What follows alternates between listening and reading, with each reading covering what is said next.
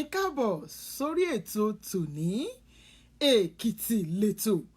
ètò ní tèkìtì ikú ọjọ́ méjì ikú ọjọ́ mẹ́ta a kú ìsinmi òní bó lójú ọjọ́ ṣe rí lọ́dọ̀ Kétérìn ṣé Kétérìn dùn ṣe dùn re orúkọ tèmi ẹ yí padà Olúwatóyìn Àyà Adébáyọ̀ òun náà ni mẹ jẹ́ Èkìtì lẹ́tò ètò onítèkìtì ṣeun a kú ìsinmi òní o èmi lọ́mọ ewì òtún ọmọ ewì òròjò àgbédójúmọ́ ṣé àgbékù rẹ̀kẹ̀ mọ́lẹ̀ èmi lọ́mọ ọ̀kadà ṣe méjì sínú agbagba tèmi Olúwatóyìn oṣù kókó èmi lọ́mọ ọlọ́jà kẹ́ẹ̀ná kan sí ìná tèwí èmi lọ́mọ aláago jẹun ikú ọjọ́ méjì ikú ọjọ́ mẹ́ta a kú ìsinmi òní bó olùsinmi ṣe rí lọ́dọ̀rin lóní lọ́dọ̀ tèmi líbe ọmẹnì jọjọ mẹnì nítorí wípé òní àṣọdún ẹ̀yà obìnrin nínú ìjọ Amazing Grace Church ní Minnesota ní USA níbi èyí Kétérìn dùn ó lóyin ládùn Kétérìn ó ṣe mẹnì jọjọ òdílé yìí mo ṣe wípé ṣé èyí náà ṣé Kétérìn ṣé ó dùn ṣé ó ṣe mẹnì jọjọ líkété ibi kèéyàn lónìí ìṣeun ẹ káàbọ̀ sórí ètò ńlẹ̀rẹ̀ kan sí Tóyìn Àbáyọ̀mí Káyọ̀dé ẹ káàbọ̀ sórí ètò Àfọláṣadé wìlíwìlí ọmọ èyí tèmi ọmọ àbá mi nàkànàkàn wọ̀ káàbọ̀ sórí ètò ló àmì máa sìn ìṣeun bọ̀dá síkọ̀ wà tọmọdé èèyàn àkú ìsinmi òní ọdún èyí kẹ́ lọ gẹ̀ẹ́ abákẹ́tìra lára mu lórúkọ Olódùmarè àtòrí tìrín pè mí àtòrí tèmi pè yín bá a ṣe mọ ìbẹ̀rẹ̀ ọdún bẹ́ẹ̀ la mọ òpin rẹ̀ ló fi Olódùmarè àárí wàhálà àárún gbé sọnù bẹ́ẹ̀ ṣù bí ọmọ lórúkọ Olódùmarè ṣeun ẹ má jẹ́ àgbàgbé lóní ìjà láìkì ètò ìjà invite àwẹ̀rà yàn ìjà wí sọ pé Èkìtì títí dórí ètò ìjí Kétérìn wìtìwìtì olórí Olúfẹ́mi Oyèdìran Fọlákẹ́ àbúrò tèmi nùkànnùkàn my sweetheart ṣáàmà ó ga jù ẹ káàbọ̀ sórí ètò àwọn ọmọ mi ń kọ́ ọ̀ṣẹ̀ gbúrò bó ní gbogbo ilé Ìfẹ́ Maria Babayẹmí ọkọ ra mi mo rí ọ bó ṣe ọ lẹ́nìí Kétérìn ni mo rí kì í ṣe ọ lẹ́ ọyá ìjà invite ọ̀rẹ́ ra hàn lónìí àǹtí Felicia Fọlọ́runṣọ́ àǹtí mi ẹ káàbọ̀ sórí ètò lòtòní see my beautiful wife Princess JB Maya oh my God who is going to help me interpret for my wife today oh my God I have a big visitor on my on this program today oh my God JB Maya, I know you will understand some of what I'm going to say today. I'm not going to say Yoruba or English here today, Princess. You be Ekiti wife, oh. So na this Ekiti dialect we go speak together today, Oshamo. My wonderful wife, Wakare Jare, Wakabo, sorry ètò. Ìṣeun. Kétérìn ni mo rí kì í ṣe ọlẹ́ni Tóyìn Àbáyọ̀mí Káyọ̀dé ẹ káàbọ̀ sórí ètò ẹ má jẹ́ àgbàgbé lónìí ẹ jẹ́ aláìkì ètò ẹ jẹ́ invite yan ọ̀rẹ́ ra yan ọpẹ́ lẹ́bọ̀ kàmú a lónìí ẹ̀bọ̀ ọpẹ́ gratitude to our Almighty God ọba kan pa mímọ́ látàkókò títí dèyí kòkù kọ̀ọ̀dún wa mú parí ọba ọpẹ́ làmú a nítorí wípé olórin ni ìyọ̀nì kan bá mọnú rírò àmọ̀pẹ́ dídá bẹ́ẹ̀ ni ìjà kíyèsí kàrònú kété ọkọ̀ Ọlọ́run ṣe kùá láti ẹ̀yìn láti January àǹtí dádì àbúrò ẹ̀gbọ́n ṣàròrò àtọpẹ́ ni ọ̀pọ̀lọpọ̀ wèémí àǹtí wẹ́ẹ́ kọ̀ǹpléènì pé wà ní jẹjẹjẹ wọ́n ti gbàgbé pé ìran àkàn lọ́sípítù kọjá wípé gáàsì kan mímí ọ̀nà san ikọ̀ àǹtí wísí mi èmi mi kò í mí símọ̀ rẹ̀ nì èló sọ̀sọ̀ kàbálọ̀dùmọ̀ rẹ̀ lórí rẹ̀ iyọ́ mẹ́bọ̀ mẹ́tìdé ẹ̀já àgbàdúrà náà torí àdúrà òun lọ pa ọlẹ́gbàgbọ́ láti bàbá lòdùmọ̀rè rìn rámilẹ́wọ́ ẹ̀já àgbàdúrà olódùmọ̀rè àtayérayé ọlọ́run ọba àwọn ọba ọlọ́run àwọn ọlọ́run yágbó yájú ọkùnrin ogun ọba lánàá ọba lóní ọba títí ayé àìnípẹ̀kun ọpẹ́ la mú wa lónìí nítorí pé mélòó sábà wí mélòó sábà rò nínú oore èyí kì í ọlọ́run ṣe é kó a ó wí ọlọ́run mo ṣeun kò mí o ọlọ́run mo ṣeré kó wá o èyà kì í Jésù bá ṣeun kó o ìjà dópẹ́ o ọlọ́run mo ṣeré kó mí o lórí ọkọ lórí ọmọ lórí ẹbí lórí ọ̀rá bàbá mo ṣeré kó wá o èyà kì í Jésù bá ṣeun kó ìjà dópẹ́ o torí ọlọ́run mo ṣeun kó wá o Olódùmarè ṣeun ọlọ́run ayérayé ọpẹ́ la mú wa lónìí bàbá ìgbà ọpẹ́ ra a bẹ̀rẹ̀ ohun gbogbo nípa àṣẹ rẹ̀ olúwa torí ààtò ohunkóhun dídá ṣe èyí lọ́ba kò lóò ṣe ohun gbogbo nínú ayéra ọ̀yá ìbẹ̀rẹ̀ àtòpin ọ̀yá ẹ̀ bá wa bẹ̀rẹ̀ ohun gbogbo tí a ó ṣe lónìí olúwa ẹ̀ wá bá wa bẹ̀rẹ̀ ètò tònídọ́ọ̀rẹ́ Olódùmarè bàbá ọ̀yá ìpéjọ pẹ̀lúra ẹ̀gbẹ́rúnra sọ̀rọ̀ ẹ̀bọ pẹ́ra bàbá ìjẹ́ ṣe ìtọ́wọ́gbà lónìí ògo ni forúkọ mímọ́ rẹ̀ Olódùmarè torí àgbà àdúrà pẹ̀lú ẹ̀jẹ̀ ọdún àgùntàn ọmọ rẹ̀ kan ṣoṣo Jésù Kristi olúwa wa àmín àmín àmín lórúkọ Jésù ẹ káàbọ̀ sórí ètò tòní orúkọ tèmi àyípadà Olúwatóyìn Àyà Adébáyọ̀ ní mẹ̀jẹ́ ìṣeun Ìdòwú Victoria Babalọ́lá kẹtẹrin ni mo rí kì í ṣe yọ lẹ́nìí ẹ káàbọ̀ sórí ètò báàmí Bánjí Adédèpẹ̀ mọ́mọ́tọ̀wọ̀tọ̀wọ̀ pé ẹ káàbọ̀ sórí ètò dádì ìṣeun àgbà ajẹ́ ń dídà àgbà àtọ́ lórílẹ̀ ra o ìmọ̀já àgbàgbé lóní o àjẹbùn lóní kẹkùlé gbọ́ kẹwí sí toko wípé èyí lẹ́kìtì ó dẹ̀ ti dórí ètò ń lóní ọ̀yá ẹ̀jẹ̀ àparapọ̀ ẹ̀jẹ̀ àjọdújọ́ ayọ̀ ujó òdùnnú ujú àlàáfíà ọ̀gá Yínká Ayéfẹ́lẹ́ bá a gbóhùn sókè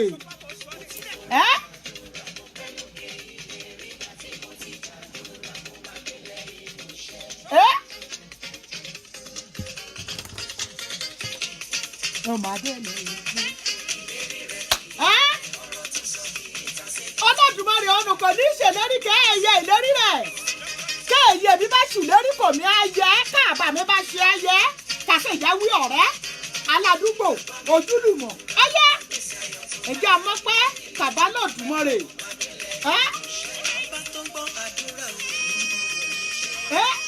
Jésù Kristi nìkan ló lè ṣe nínú ayé wa ìwọ nìkan ló lè ṣe.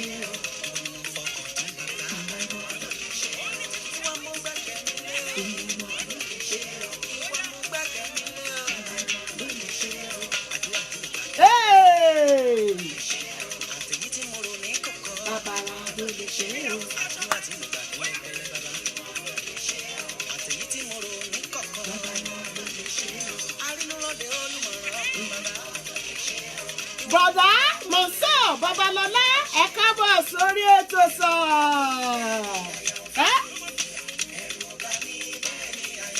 Ẹgbẹ́ nítorí pé ajọ́mọ Ọlọ́run ẹ̀rù ò bà wá. Jésù Kristi onìkan lálágbára tó lè bá wọn ṣe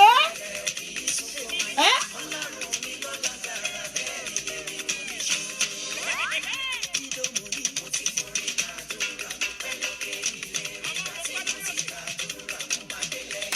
Wọ́n ti jáde dáadẹ́lẹ̀ lérí.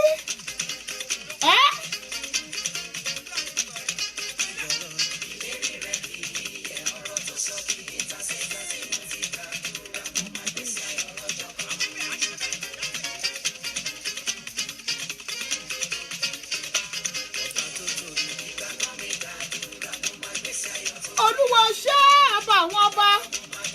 ìjà bẹ̀rẹ̀ sí ní dúpẹ́ náà Olódùmarè ìjọ dúkúlùkùrà dúpẹ́ tiẹ̀ ìjà bẹ̀rẹ̀ sí ní fọ́ bá Olódùmarè lórúkọ kan bá rè ya ìjà bẹ̀rẹ̀ sí ní yín ọba àwọn ọba mo sọ wípé ọlọ́run ayérayé ọba tó bá lórí ohun gbogbo yàgbó yàájú ọkùnrin ogun ẹjẹ́ àbẹ̀rẹ̀ sí ní mọ́rúkọ ìhàn orúkọ lílá ràbàdì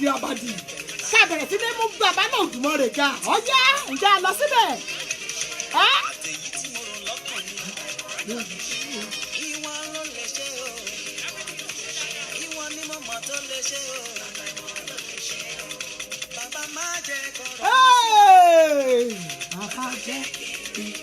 Lórúkọ Olódùmarè àtẹ̀mí àtẹ̀rẹ́ àárín tí a ṣe nínú ọdún èyí kà ẹ́ bọ̀ ọ́ ọ̀rọ̀ wa ò ní fún Olódùmarè.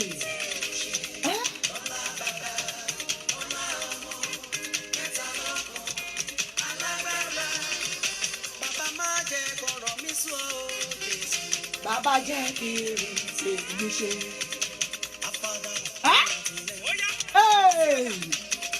Alábí ìdáyé.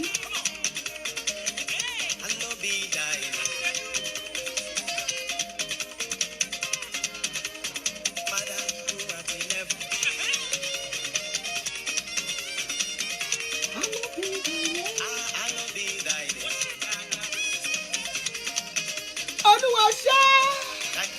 yàgbọ́ yáàjù ọkùnrin ogun alágbádá iná aláwọ̀ tẹ́lẹ̀ òòrùn ọba àwọn ọba olúwa àwọn olúwa ọba tó ba lórí ohun gbogbo ọlọ́run àánú wa ṣe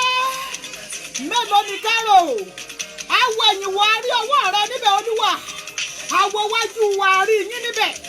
àwọ̀ tún àwọ̀ òsì ẹ̀yìn là ń bá pàdé ní gbogbo ọ̀nà wa ìgbà táyé sọ pé ó tó ọlọ́run wá ní kò tí ì tán ó ní ká nìṣó ká tẹ̀síwájú mélòó ni ká sọ mélòó ni ká rò nínú oore rẹ Olódùmarè àkàìkàtà ilé ìdíyelé ni olúwa ṣe ọbẹ̀ pọ́lá amúwá lónìí ọbọ̀ ìyìn ni amúwá olúwa tẹ́wọ́ gba ọpẹ́ wa.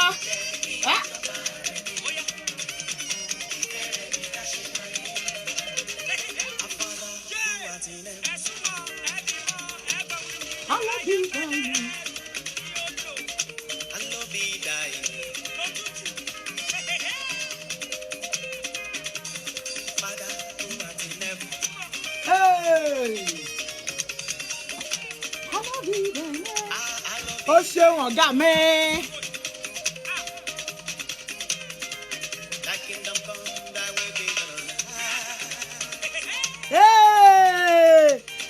Ọ̀yà Àdó Abímbọ́lá the queen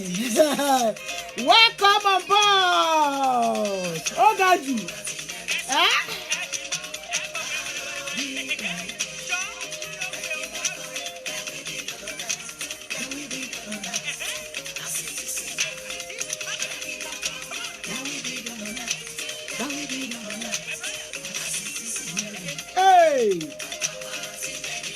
Olúwa ṣe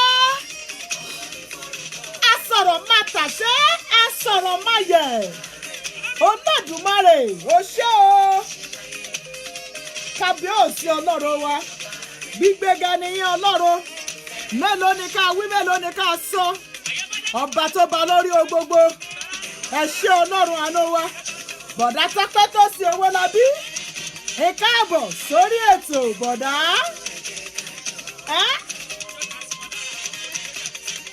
Àǹtí mi kò fowó rọlá Akíbọ́dún ṣe Adéyẹyè ẹ káàbọ̀ sórí ètò. Yes, Uncle Marcel, he said all praises, glory, all adoration to Almighty Allah, the first without a starting point and the last without any point. Olúwa of termination, you are worthy, O Lord. Ẹ̀yin ni agbẹ́ga Olódùmarè ọba àwọn ọba. Ẹ ṣé adúpẹ́ ibi tí ẹ ti bẹ̀rẹ̀ pẹ̀lú wa, dúpẹ́ fún ibi tí ẹ mú wa wà. Ẹ ṣé Ọlọ́run wa fún ibi tí ẹ mú wa lọ. Ẹ ṣé.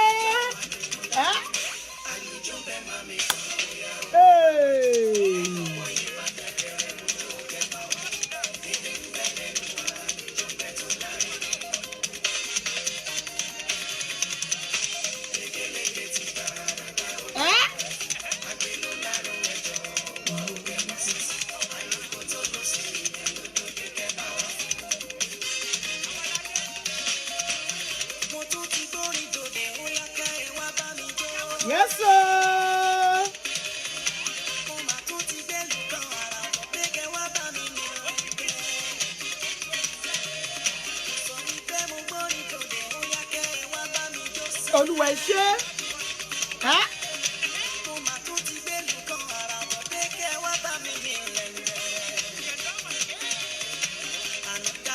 ó ṣeun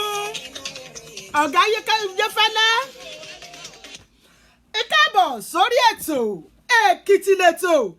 ètò nítèkìtì. Ẹ káàbọ̀ sórí ètò tòní bó ní kété ojú ọjọ́ ṣe rí lọ́dọ̀ rí ṣe kété rẹ̀ ṣẹ́dùn ṣe lóyin ládùn ìṣeun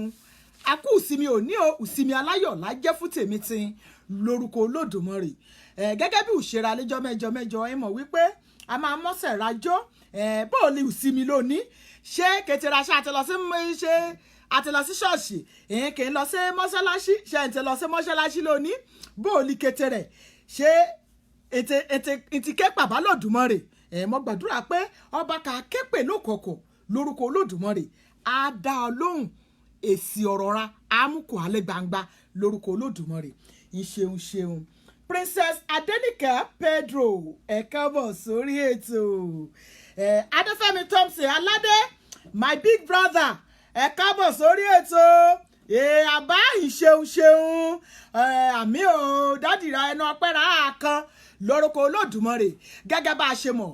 òun kà mú á sórí ètò tòní òun náà ni ẹbọ ọpẹ́ gratitude torí ẹ̀sùn kà ní kà yóò mú kàbá lòdùmarè kà lé ó ẹ̀yọ̀ gbá lọ́ra kà raṣoko ẹ̀yọ̀ ọ́ kà mú jíjẹ kà mú kété olé kà mú pọtí kà mú ọ̀nà kà mú roka àbálòdùmarè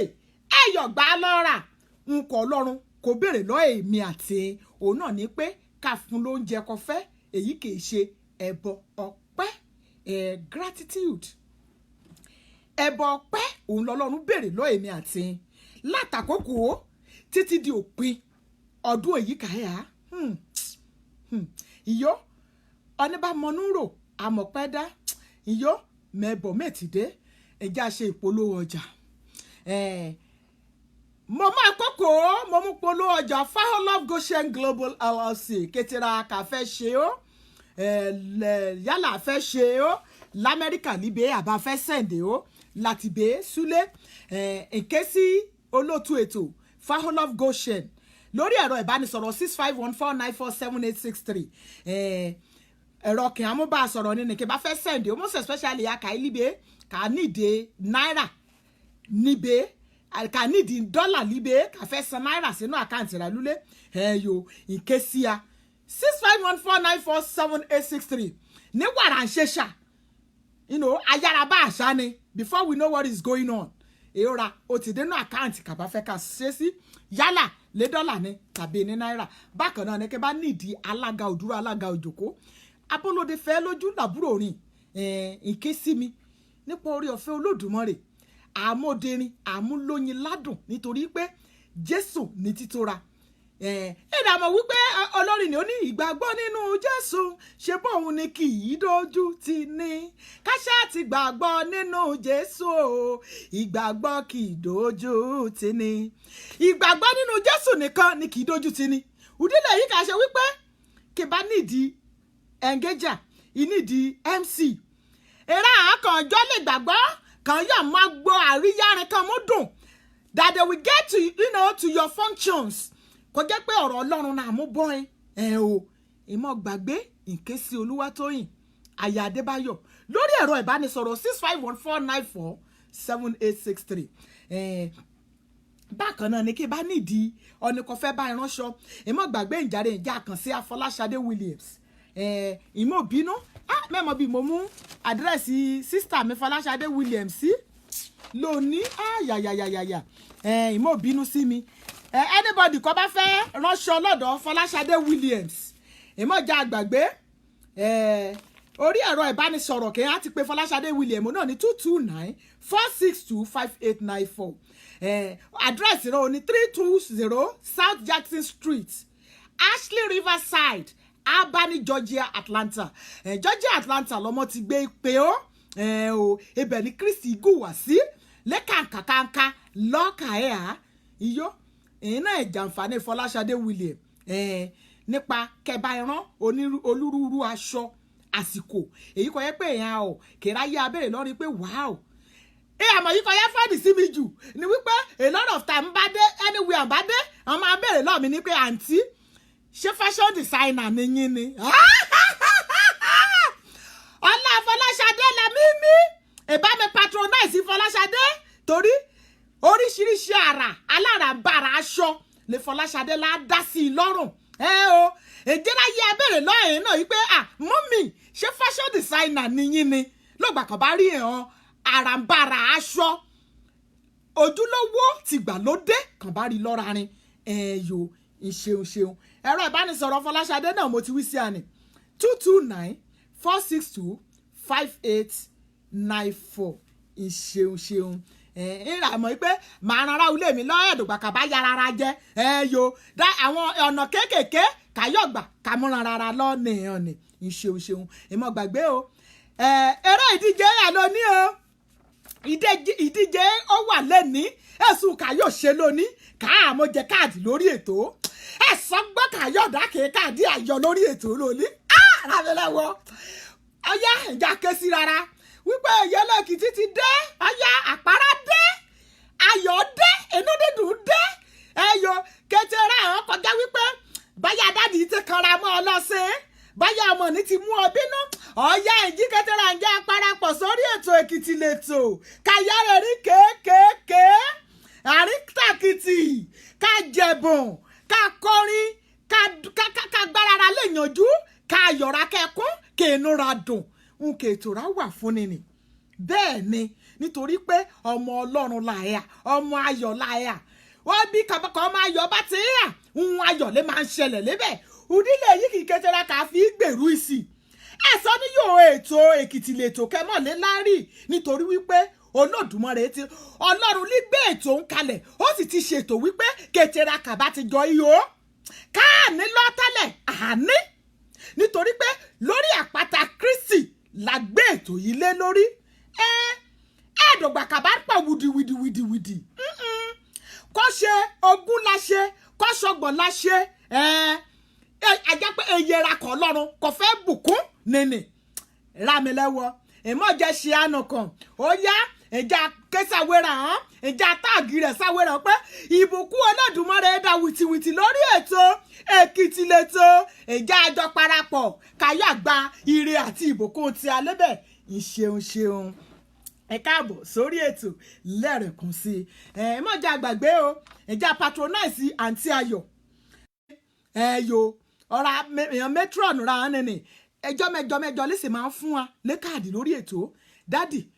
àǹtí brọ̀dá kí bá fẹ́ lọ sí Nàìjíríà ní ìdí pé ṣẹ̀ṣẹ̀ ya ẹ̀rẹ́ káàdì lúlẹ̀ bá mi patronize àǹtí Ayọ̀ Amẹ́ríkà líbẹ̀ ní ìyá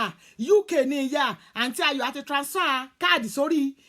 sẹ́ẹ̀tì kì í á lò ní Nàìjíríà ṣe lè ya lọ káàdì yùlù kì í ya lọ yàlà báà ni á ti ṣẹlẹ̀ sí mi rí ni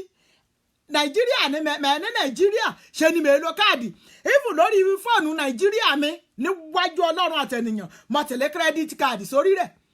ọṣẹ Ayọ̀ Àjẹwọlé ni ẹ̀sán lòmíràn kò yóò ṣe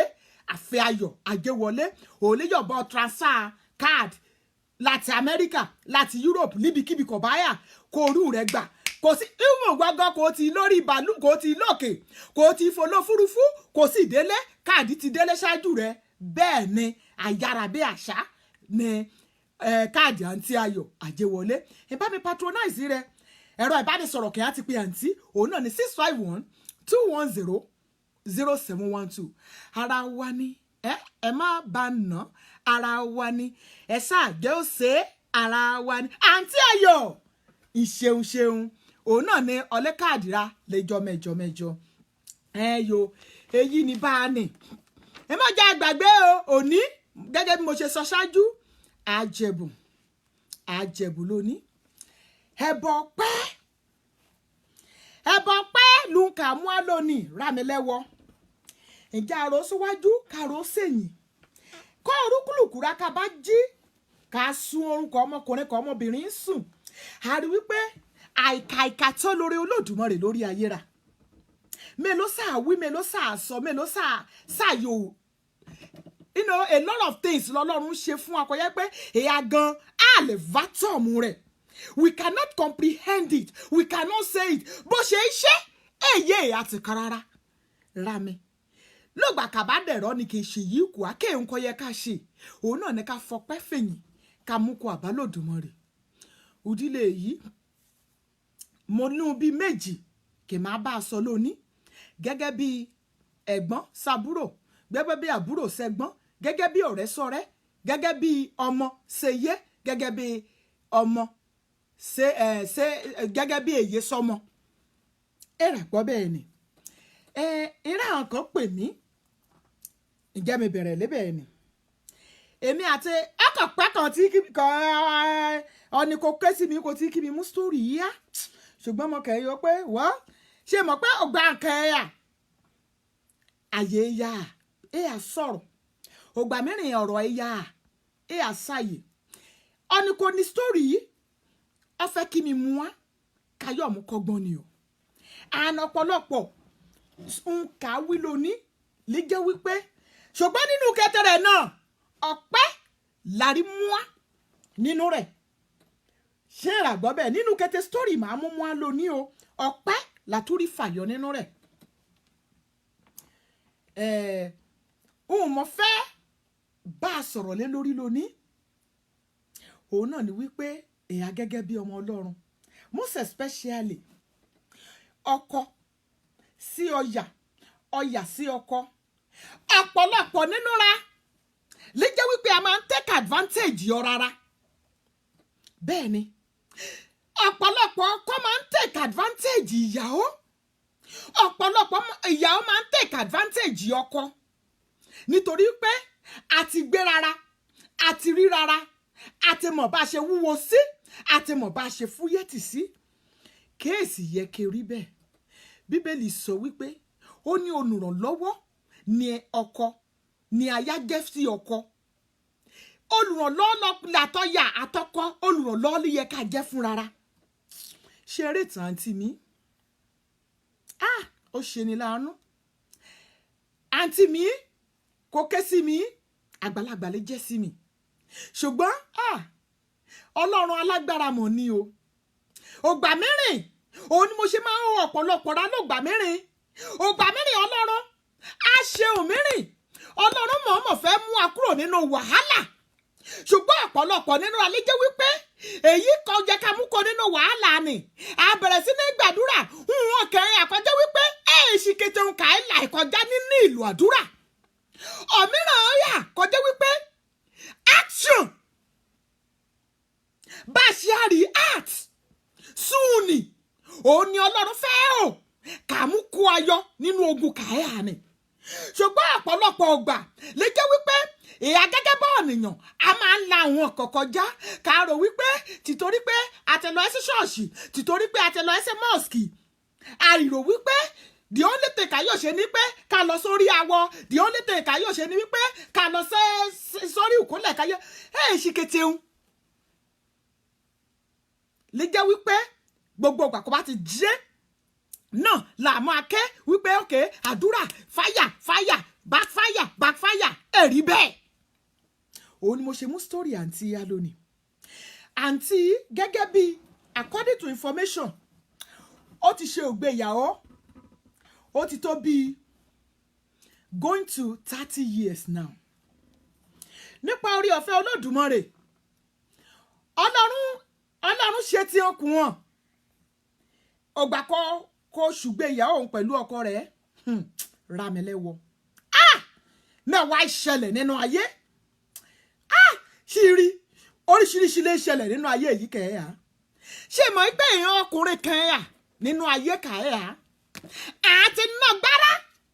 àti ná gbòòrò àti ṣoríṣiríṣi pẹ̀lú oríṣiríṣi obìnrin lúgbòòrò ṣùgbọ́n ẹ̀sùn méjì kà á fẹ́ ṣe ògbà kan bá ti ná gbára kan ná gbòòrò tí ẹ̀sùn méjì kan fẹ́ ṣe o ó fẹ́ lọ sínú ṣọ́ọ̀ṣì ó fẹ́ lọ sí deeper life mo sorry láti mention ó fẹ́ lọ sí Christian faith ó fẹ́ lọ sí Anglican ó fẹ́ lọ sí Baptist ó fẹ́ lọ sí Catholic kí mo ṣàfọ̀rọ̀gùn ó fẹ́ mọ̀ọ́mọ̀ kan lọ kan yà fẹ́ ọmọ obìnrin jòjòló kẹ́ ẹ̀ lẹ́sẹ̀ lọ́rùn kẹ́ ẹ̀ làbà wọ́n bẹ́ẹ̀ ni ọkùnrin màá sọ́tọ̀ ọkùnrin bó ṣe ń lẹ́kùnrin bẹ́ẹ̀ ní lọ́bìnrin o because bí àwọn ọkùnrin ṣe ń take advantage obìnrin bẹ́ẹ̀ lè à obìnrin a lot of us are wicked tá a jẹ́ obìnrin a lot of us we are so wicked àwa náà máa ń take advantage àwọn ọkọ tọ́lọ́run fún wa. Story àǹtí ògbà kàǹtí líkèkè lọ́mọ kékeré ọkọ rẹ̀ ọ̀ ti ná gbára ọ̀ ti ná gbòòrò ọ̀ ti dàgbòrú ṣùgbọ́n ẹ̀ṣẹ̀ wá ẹ̀ṣẹ̀ yín àǹtí she's a very devoted ẹ̀ṣẹ̀ ni méjì you know kò ti fún mi ní the same story kind of story mo yá o pé wọ́n a lot of people are going through this tó ọ̀dẹ̀ mọ̀ wípé ewu ibẹ̀ lóko ló ń gẹ́ òun ni mo ṣe wí ọbẹ̀ tàkà sọ lónìí èyí kò bá tabọ́ olúkúlùkù àjọ ṣá nítorí pé àǹtí inú ìṣòro kọ̀ ẹ́ àní kò fẹ́ para rẹ̀ sí ni wọ́n ti sokosokosoko àǹtí wọ́n ti sokosokosoko ojú rẹ̀ gan rẹ̀ tó fẹ́ fọ́ lórí ẹkún sísun àǹtí ọ̀gẹ́ ṣí ọ ẹkún sísun ẹ̀sùn kò ṣẹlẹ̀ sọ́nà kan rí kẹ́ẹ̀ṣ ẹ̀sùn kò ṣẹlẹ̀ sí ọkẹ́ ẹ̀ṣẹlẹ̀ rí òun la ṣe fẹ́ sọ story tòní bóyá àwọn náà kọ́gbọ́n lébẹ̀ àǹtí gẹ́gẹ́ bí mo ṣe sọ very devoted ṣùgbọ́n ọkọ rẹ̀ ọtẹ náà gbára ọtẹ náà gbòòrò ẹ̀rà mọ̀ pé èèyàn ọkùnrin kan ẹ̀yà kọjá wípé tó bá ti rọ́bìnrin láyé ògbẹ́ ẹni ọ̀kíyà ẹ̀sùn kọ ọkùnrin mìíràn yìí yóò ṣe láti fẹ́ kọ́ bá fẹ́ ọ̀yà ẹ̀sùrù ìjọkọ̀ ọ̀yà ní báyìí lọ ọkọ ni ẹ̀bá àmọ́ lọ sí ṣọ́ọ̀ṣì kẹ́ mọ́ lọ sí mọ́ọ̀sì rí nítorí wípé ó fẹ́ obìnrin nìdẹ̀ ní ṣọ́ọ̀ṣì líkú kẹ̀sí ó rí wípé àǹtí SU ni kí àǹtí SU ni kọ́ ọ̀nù omi kọ́ ọ̀gá ọ̀pọ̀lọpọ̀ ọkùnrin kan bá ti dìtámì pé wọ́n fẹ́ èsùrù kò yóò ṣe kọ́ àǹtí ọ̀nà ọ̀nà ọ̀gá kọfẹ́ fẹ́ a ọ̀nà ọbẹ̀ pẹ̀lú rẹ̀ despite the fact camouflage ni o ẹ gbàgbọ́ o ẹ ní Jésù sínú ayé rẹ̀ o ọ̀pọ̀lọpọ̀ ọkùnrin yẹn àyà disguise at that point in time bí ẹni wípé mo sọ́rí òyìn àbára àwọn kì í lórí ìkànnì ló ní ìjàre tí a bèrè náà mọ́dẹ̀ tí a wí nítorí pé kíní yẹn ń ṣẹlẹ̀ ọ̀dẹ̀ àfẹ́ẹ̀tì ọ̀pọ̀lọpọ̀ obìnrin bó ṣe àfẹ́ẹ̀tì obìnrin bẹ́ẹ̀ lé àfẹ́ẹ̀tì ọkùnrin ọ̀pọ̀lọpọ̀ lé ọ̀rọ̀ tàǹtí báǹtí ṣàṣe being a Christian àǹtí àgbẹ̀ ó dẹ̀ ẹ́ ṣoṣẹ́rẹ̀ ẹ lọ bọ́ọ̀gá ṣe bó ṣe rí nínú 30 years ago ọ̀gá òun ni ọkọ first boyfriend kàǹtí àkọ́kọ́ ní bó ṣe sọ̀rọ̀ sáǹtí nínú àǹtí kọ́kọ́ ṣe mọ̀ being a Christian àǹtí wí sí pé kẹjẹ òun ẹ̀ dàbí ayé ògbà tí a kọjá wípé ojú ẹsẹ̀ kan bá ti wí sí ẹyẹ àmọ́ òde òní wípé I love you I want you to be my girlfriend ẹ̀ náà lírì ti dòun before we know what is going on èèyàn ọmọ ayé òde òní ọpẹ́ àti mẹ́rù náà ti dúlé boyfriend ọ̀nìkan fi hàn lánàá ti gbẹ́rù náà ọ̀tí débẹ̀ ẹ̀ rí bẹ́ẹ̀ láyé àtijọ́ o for more than a year àǹtí àtọ̀gá ọjọ́ ẹlẹ́rùn rẹ̀ ọjọ́ ipò jàre ìmọ̀ bínú mo má sì kó mo mú kí àwọn èmi sísà mi ọ̀rọ̀ ara lórí ètò kẹ̀síjọ́ òbí lónìí Olúwabí Kẹ́hìndé Helen Babalọ́lá Táíwò Kẹ́hìndé Babalọ́lá Táíwò Kẹ́hìndé Olúwabí òní lọ́jọ́ òbírin happy birthday to you o sister Táíwò Kẹ́hìndé Olúwabí mo gbàdúrà pé lórúkọ Olódùmarè ẹ̀mí yín ó ṣe ọ̀pọ̀lọpọ̀ ọdún lórí ilẹ̀ èpẹ̀ o ẹ má bínú sí mi iyọ́ story ò nílé ká mi lọ́ra ìmọ̀ bínú ẹ̀rá mi ìjàre help me wishing sister Táíwò Kẹ́hìndé Olúwabí happy birthday to you both mo gbàdúrà pé lórúkọ Olódùmarè ọdún èyí ọdún ayọ̀ ọdún ìbùkún ọdún ìgbéga ni fún òwò àtàwé rẹ o àwé ọkọ mi ni o ọkọ mi àwé mi wòkú ọdún wòkú ìyèdún o ẹ̀mí méjèèjì a ṣe ọ̀pọ̀lọpọ̀ ọdún lórí ilẹ̀ èèpẹ̀ ìṣeun ìmọ̀ bínú rà mí lọ́wọ́ o bá a nìní mẹ́yàn ṣàì recognize èèyàn kan jí mẹ́mbàrà oníjẹ́mi sáré yàbàrà ni pé kí mi yóò kí Táíwò Kẹ́hìndé wípé ọ̀kú ọdún òní o ọ̀kú ìyèdún ẹ̀mí á ṣe púpọ̀ ọdún lórí ilẹ̀ èpè. Bákan náà ni mo rántí àwọn èmi ọmọ parí ọlá olúrántí rántí happy golden birthday to you wishing you long life and prosperity. Ọ̀gá o kọ́ bá yẹ pé mẹ́rin náà ìjánibá ṣe ló yẹ kájọ yá dá sílẹ̀ kájọ túká ṣùgbọ́n ọlọ́run á dúró tì yín o gbogbo bí a ṣe láti ṣe birthday mo gbàdúrà pé ọlọ́run á pa ọ̀nà mọ́ fún àwọn tó máa rìnrìn àjò láti wá bẹ́ẹ̀ ṣe ọjọ́ ìbí náà o I wish you all happy birthday long life and prosperity àfún ìlórin kì á jó sí after kàtà parí program ìṣeun God bless you. Kúnlé Àìná mo rí pé ìwọ náà ṣe birthday rẹ lónìí wọkú ọdún wọkú ìyèdú o ẹ̀mí á ṣe púpọ̀ ọdún lórí ilẹ̀ èpè. Rámiláwọ̀ Katie Hades okun o wọ́ká àsán lébẹ̀ ò bó ní kété ojú ọjọ́ ṣe rí ọmọ mi síkọ̀ ọkọ̀ rẹ o wòkú àlejò pásítọ̀ àná o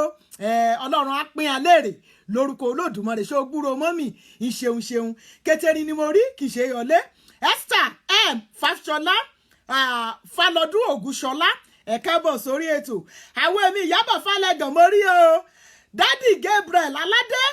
káàbọ̀ sórí ètò sà ìṣeun God bless you sir. Ṣeun ìmọ̀ bínú òkété kì mẹ́ dárúkọ rẹ ká má bàa pẹ́ lórí ètò lónìí àwọn èmi Adébáyọ̀ Florence Àdùkẹ́ okun o ó jẹ́ sẹ́kọ̀ ọkọ rà mí mo rí ọyọ o oh my God ọkọ mi ọjà jíyà rẹ̀ yàn lórí Facebook máa fáì ní kẹ́tí ọkọ mi ọkẹ́ lórí Facebook o adùn mi o ìjàre adùn mi o ló àbí sẹ́kọ̀ ẹjọ́ o owó ọdún mi o ẹjọ́ o ìṣeun gbogbo orin ni mo rí kì í ṣe ọ̀lẹ ìṣeun mo dúpẹ́ o lórí story àǹtí kà sọ ẹ lọ ká mọ̀ pápọ̀ lọ́pọ̀lọpọ̀ ejò ọ̀gá ọṣà àtakù ti àǹtí lọ́rùn èmọ̀ jẹ́ àgbàgbé o ṣe rí bọ̀dà ni ọtí náà gbára ọtí náà gbòòrò o ṣùgbọ́n àǹtí ẹ̀ mọ ọkùnrin ló gbà kó ọ̀gá ayáfẹ́ o àna ọ̀pọ̀lọpọ̀ lídè mọ́ ń rí bèyí ni but at the end of the day ibi kan yá ṣe sí ni wípé àǹtí ṣe pé wọ́n ní mọ̀mọ́ délédélé ni ó dìídì wípé kí mi mú ọ̀rọ̀ ọ̀hún kí mo mú ṣe topic kí èèyàn ọ̀nìyàn kan yóò kọ́gbọ́n nípa nǹkan ṣẹlẹ̀ sí òun ni she understand torí ọ̀rọ̀ ọlọ́rọ̀ lọ́nìyàn mi kọ́gbọ́n àǹtí ibi kò ṣe dé ní bó ṣe ló fi ọkọ rẹ̀ tó àǹtí mọ̀ ló fi ọkọ rẹ̀ o kọ́ bá fẹ́ gbégbé ọ̀rọ̀ àyàn máa gbà àtijọ́ ọ̀nà ni ọ̀gá òní dìsífàjì àǹtí ọlọ́run bẹ̀ yá ṣọ̀gbà kan ọlọ́run aṣọ ọlọ́run jogún ọmọ àlùbáríkà kù wọ́n ṣùgbọ́n àkàmọ́ ẹ̀kọ́ lọ́mọ mọ̀ ṣàmọ̀wé ọlọ́run jogún ọmọ kù wọ́n ó bímọ lulẹ̀ ọkọ káàwé bọ́yá ṣe lé ìbímọ ṣùgbọ́n ìràmọ̀wé ọ̀pọ̀lọpọ̀ ọkùnrin mìíràn hàn ló tẹ́ lọ́rùn ṣebí ilé ọkọ náà lọ́pọ̀lọpọ̀ ra ẹ̀ kọ́kọ́ ra ẹ̀ ọ̀pọ̀lọpọ̀ ọgbà káwé tìtorí pé èyí kan ọ̀yà bá bí ọmọbìnrin àìtí torí pé ọ̀yà ń bí ọmọkùnrin bí ẹni wípé obìnrin ni manufacturer of keys bí ẹni wípé ò lè ṣọmọ bẹ́ẹ̀ ni ọkọ ra ẹ̀ ọlọ́gbà lọ́pọ̀lọpọ̀ ọgbà náà ṣe máa ń ṣe at the end of the day kọ́ ọkùnrin ni kọ́ obìnrin ni bá ti mọ̀ bí ọmọbìnrin kọ́ ṣe ọmọbìnrin níbi kẹ́ bíkùnrin at the end of the day wàá rí ọlẹ́sìn ọkọ mìíràn ṣì kẹtẹrẹ o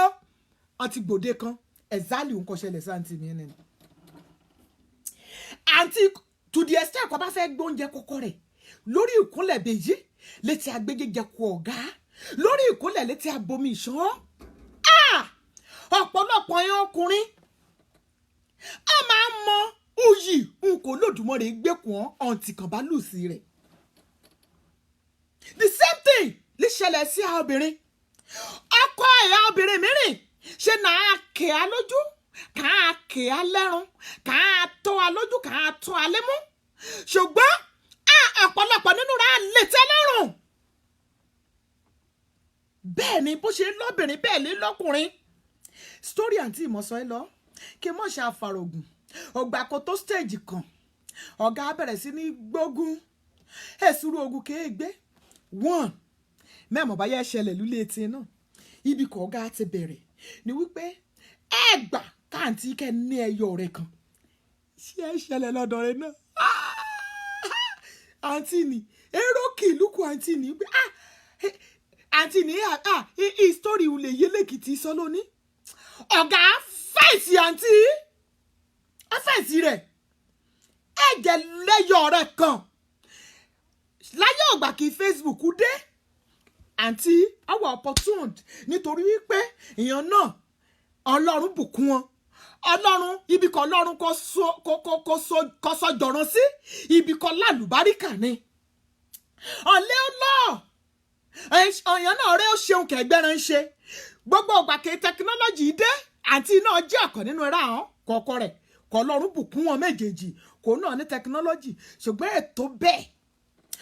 ó jẹ́ àbẹ̀rẹ̀ kan yẹ pé kọ́ bá try kọ́ bá hard anybody lórí Facebook rẹ̀ ọ̀gá á dúró sí lọ́rùn bẹ́ẹ̀ yìí ni pé ìwọ bó o ní kí mọ̀ ṣàfàrọ̀gùn bọ̀dá máa ń làlẹ́ àǹtí lọ́ni síbẹ̀síbẹ̀ náà bá àǹtí ṣe ń ya gbọ̀n gẹ̀lẹ̀gẹ̀lẹ̀ àkó bàbá ní èsùn kò burú ká gbọ̀n fún wọn kọ́ra ìmọ̀ ṣì mí gbọ́ o ẹ má ṣì mí gbọ́ o I'm a submissive wife to the call to my husband. Mi ò dẹ̀ gbà kí obìnrin kankan kó má wà submissive fún ọkọ ẹ̀ nítorí pé Bíbélì sọ wípé ọkọ òní orí òní adé orí wa. Abẹ̀rẹ̀ kan bá ti mọ̀ ládé lórí. Ẹ máa lóyì lójú ìráyé.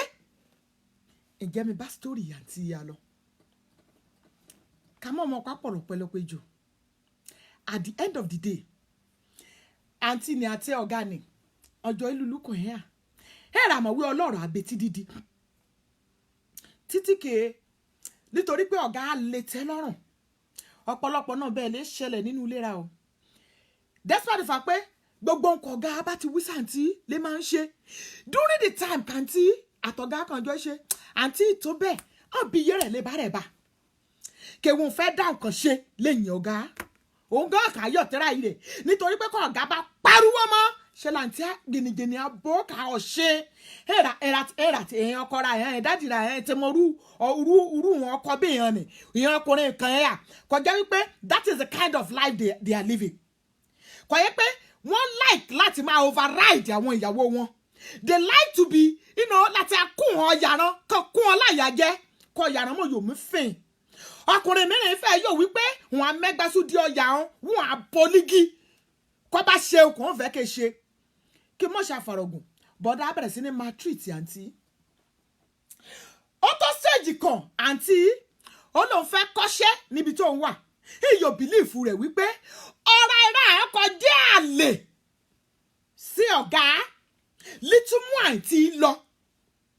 sọ́dọ̀ rẹ̀ láti yá kọ́ṣẹ́ ẹ̀ràmọ̀wé ọlọ́rọ̀ àbètí dídì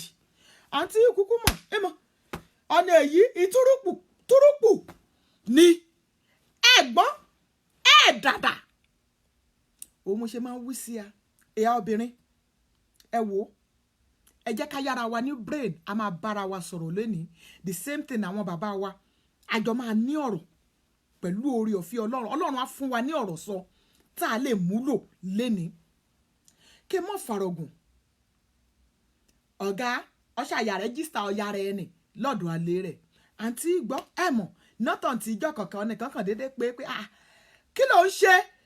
ibẹ̀ lọkọ̀ rẹ̀ kú kẹ̀sì náà èyí ni ọlọ́bẹ̀ síbẹ̀ náà káàntì aláǹtí fẹ́ ṣe ọgbà kádàrá èyí kọjá jẹ́ pabambarì ṣe mọ̀ pé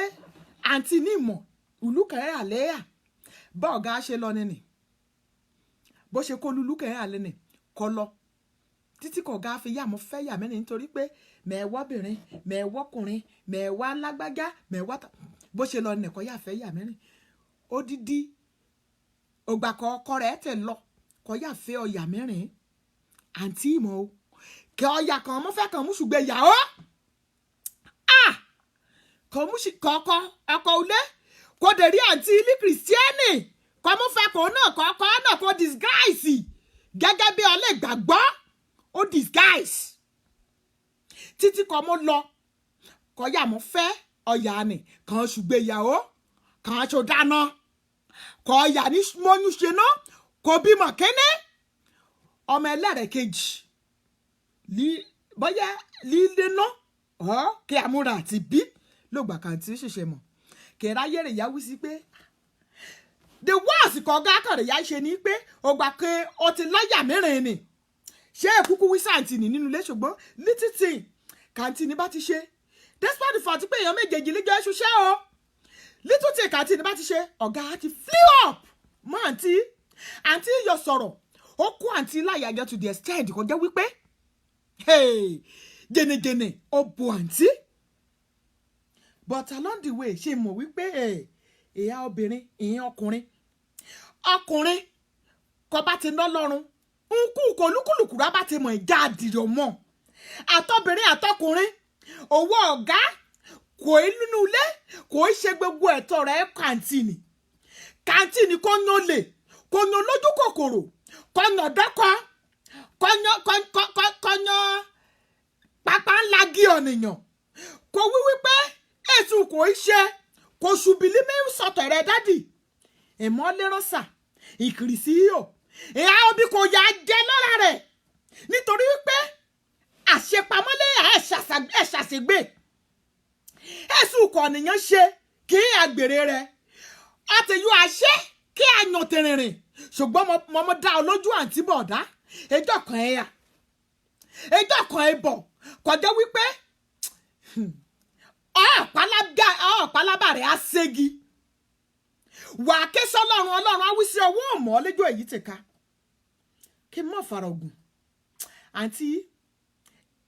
after the second child ọṣẹ àrọ́ ni wí sí wípé ọkọ rẹ̀ mọ̀ tí lọ́ọ̀yà mẹ́rin ó ṣe ni láàrún wípé ọmọ kàǹtí bí ọ̀kan nínú ọmọ èèyàn kò bí during that period orí ọ̀fẹ́ ọlọ́run lọ́lọ́run límú ṣàánú àǹtí ni kẹ́ẹ̀jọmọ̀ ni kẹ́ẹ̀jẹ̀ ya ohun mẹ́rin nítorí pé ọlọ́run ro ti inú ọlá inú kan kàǹtí nìkan mi ń sìn hún àti wípé ẹ̀ṣọ́ ni kébékébé òun ni mo ṣe máa mú wí sí obìnrin ìyálé ajáyéra wó dànù lójú ọ rárá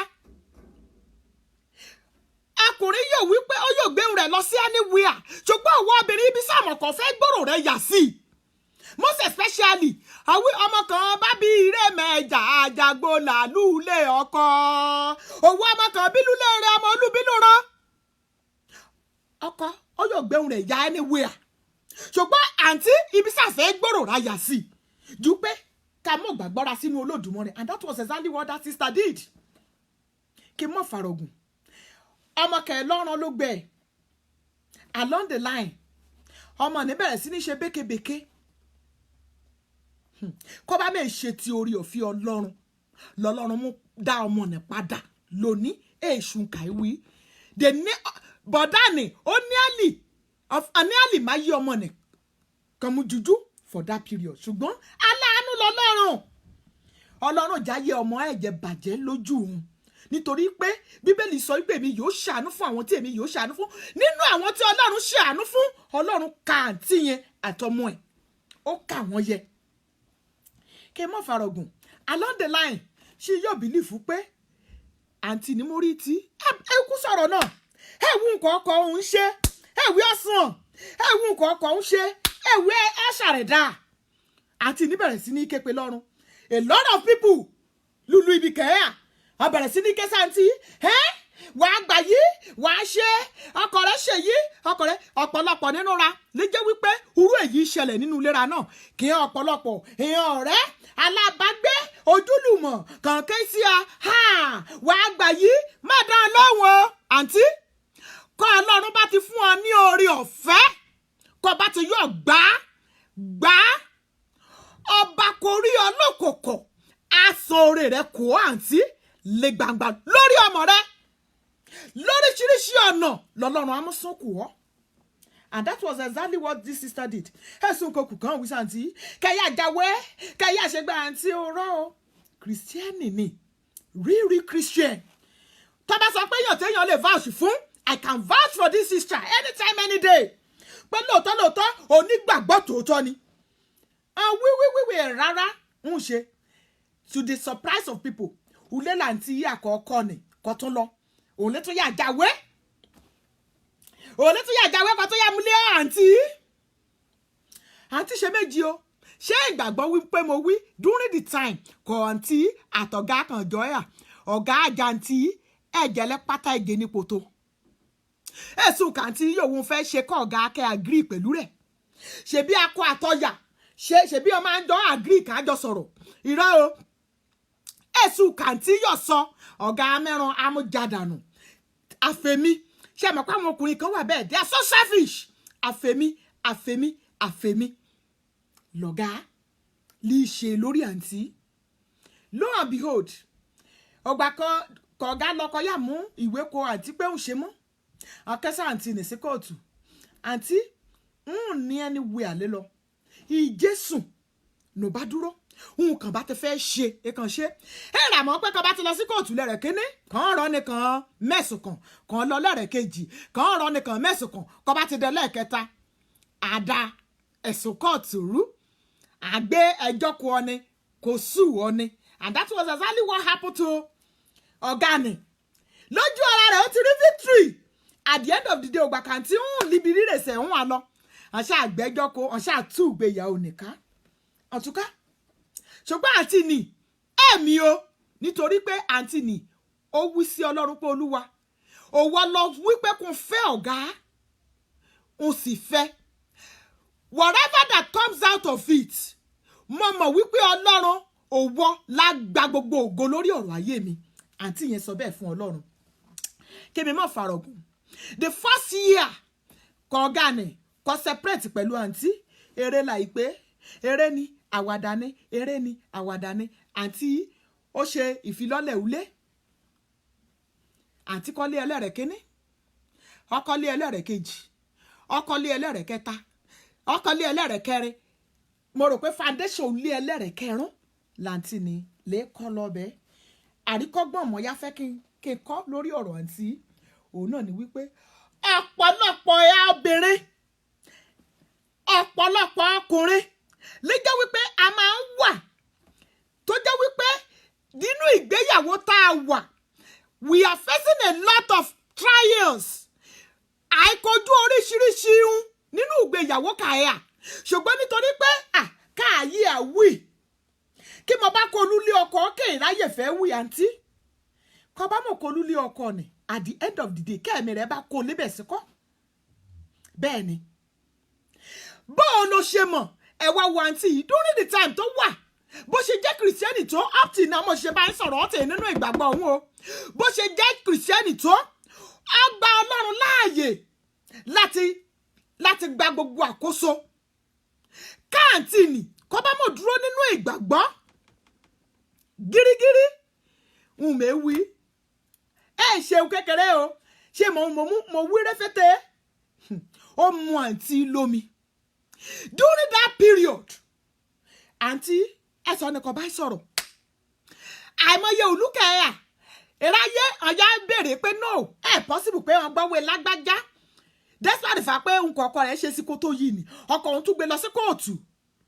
A lot of them they keep calling àǹtí to confirm pé ṣé lóòótọ́ ló ń kọ́ ṣẹlẹ̀ nínú ilé rẹ̀ lè ṣẹlẹ̀ sí. Àǹtí níyàn pé ń sì sọ fún wọn pé ẹ sọ̀rọ̀ lébẹ̀ pé lóòótọ́ ni yàrá yé lẹ́rùn pé ṣùgbọ́n àǹtí ní dúpẹ́ lóní nítorí wípé kọ́ bá tẹ̀ lọ́dọ̀ ọ̀gá mi ohun kọ́ Ọlọ́run gbéṣe nínú àǹtí ní lóní nínú ayé rẹ̀ ẹ̀bá ti àbútúrú lójú kan níbi kan ọ̀gá sọ́mọ́lẹ̀ sí náà ni ibi kan Ọlọ́run rán ọlọ́dẹ lọ ní ẹ̀bá ti débẹ̀ nípa orin ọ̀fẹ́ Ọlọ́run ọmọ kọ̀ọ̀gá ní ẹ̀wá bèrè kẹwàkùnrin lẹ́jọ́ kínní àná iyọ̀ bìlífù pé lọ́nà àrà lọ́nà ìyanu Ọlọ́run gbà ó rẹplicate gbogbo òlọsíwájú àǹtí ni lọ́lọ́run rẹplicate rẹ̀ kó ibi nǹkan gẹ̀gàntì kò jẹ́ ìwí sí mi pé kí mi mú ọ̀rọ̀ ọ̀hún asorí ìkọ̀nì kí ráyé mú kọ́gbọ́n ni wípé àǹtí mẹ́múrú ìṣòro kọ̀ ẹ́ à lóòótọ́ nínú chọ́ọ̀chì rẹ lóòótọ́ ìyẹn òbíra wọn máa ń sọ wípé kún bá ti ń ṣẹlẹ̀ bí yìí nì mo wí síta mo sọ àǹtí ìdí ó ní regret kún regret nílé ayé òun òun ni wípé ó sọ ọ̀rọ̀ ni òun ò pa ọ̀ma ìdí òun síta fáwọn èèyàn kókó lè wà relieved. Can you believe pé mo ṣe bá yín sọ̀rọ̀ up till now àǹtí yẹn ṣì wà lórí oògùn high blood pressure. High blood pressure àǹtí ni nítorí pé ẹ̀rọ ni sọ̀rọ̀ rẹ̀ fún ọ̀nà kan ó gbé tíra ẹjọ́ kan ọ̀gá ni lẹ́jọ́ mi nìkan bá sọ̀rọ̀ jù kà mú gbátí sí ẹjọ́ mi nìkan bá sọ̀rọ̀ jù kà kígbe mọ́kànlá àǹtí ni agbórírirì títí dògbà ké ọ̀gá ni kò mú ṣe yeye ohun kó tó yìí ní sáǹtì ni àǹtí ni ẹ̀rẹ́ ẹjọ́ ènìyàn kan bẹ́ẹ̀ yìí ẹ̀ sọ̀rọ̀ rẹ̀ fún nítorí wípé wọ́n gbàgbọ́ wípé gẹ́gẹ́ bí ìlànà ẹ̀sìn kò ń sìn whatever kan bá ti dé báwọn ó dé náà ni kò gbà fọlọ́run ṣùgbọ́n àǹtí yẹn ló wá ń sọ ní ìsìn pé ìhà gẹ́gẹ́ bí obìnrin when you are passing through any trials and tribulation ó bẹ́tà nǹkan bá nínú rẹ̀ kẹ́ ẹ dùn wọ́n sọ síta depression is real my people depression really o ọ̀pọ̀lọpọ̀ ọkùnrin náà fèsì depression nítorí kí ọyà ò léran kàn mójúran rí ọ̀pọ̀lọpọ̀ ọ̀yà obìnrin lè jẹ́ wípé obìnrin mìíràn ti fẹ́ wọ kọ́mà lórí depression torí ọ̀nà kọ̀ọ̀kan ò lérè kó mí tírìtì rẹ̀ gbogbo kan bá tírìtì ajá ulé ọni ọ̀pọ̀lọpọ̀ obìnrin lè jẹ́ pé bó ṣe tírìtì ọkọ ò lérè gbogbo kan tírìtì ẹ̀rẹ́ ajá ulé ọni bá ní ṣe tírìtì ọkọ ò lérè ẹ̀rà gbọ́ bẹ́ẹ̀ ni àǹtí ni òun fẹ́ kán èèyàn ènìyàn kan mọ̀ rẹ̀ òun kọ́gbọ́n nítorí pé ìyí títí dọ̀la ní ti lórí oògùn high blood pressure ìhùn kan ṣoṣo kùn regret láyé òun nìní nítorí pé àǹtí ní kí mi wí sí ẹ̀yà ọmọ Èkìtì àti kẹtẹrà kàbájọ ẹwọ́ ṣètò pé depression is real high blood pressure is real kọ́ ọ̀nìyàn bá dẹ̀ ti bá yọ̀ ní high blood pressure easy láti regulate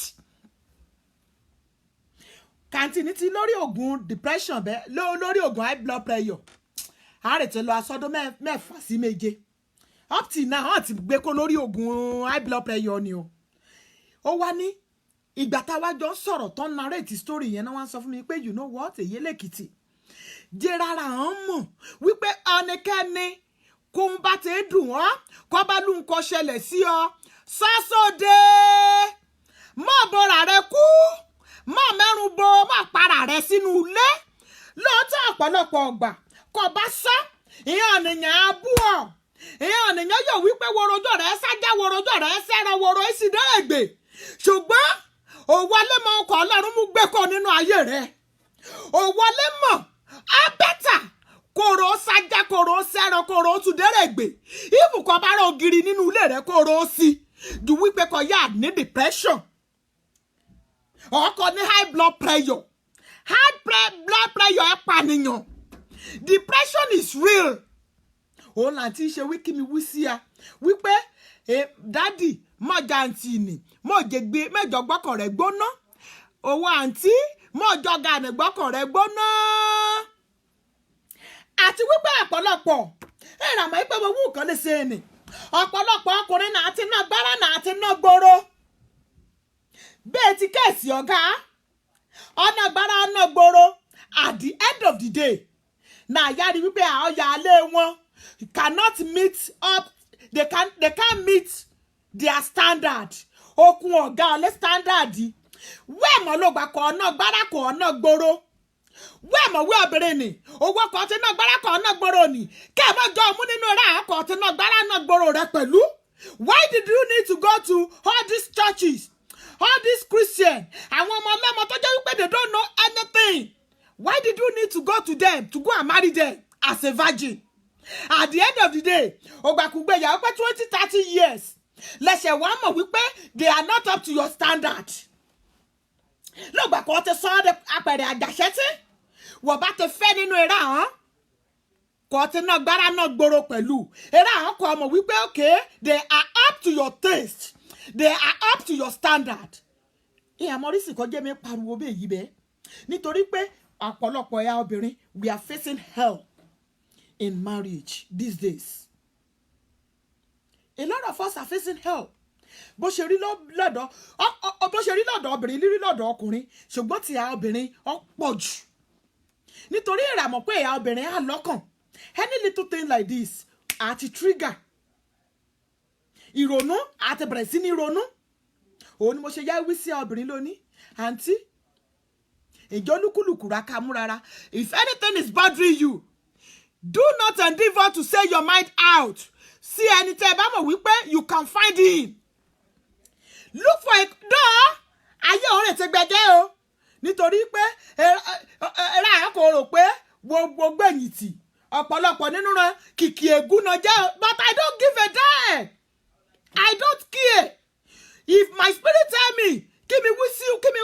kún bá bọ́dà mi. Kẹ́ẹ̀mí mi bá wí kí mi wí sí ọ. Kí mi yọ̀ wà relieved. Kí mo bá sọ fún wọn.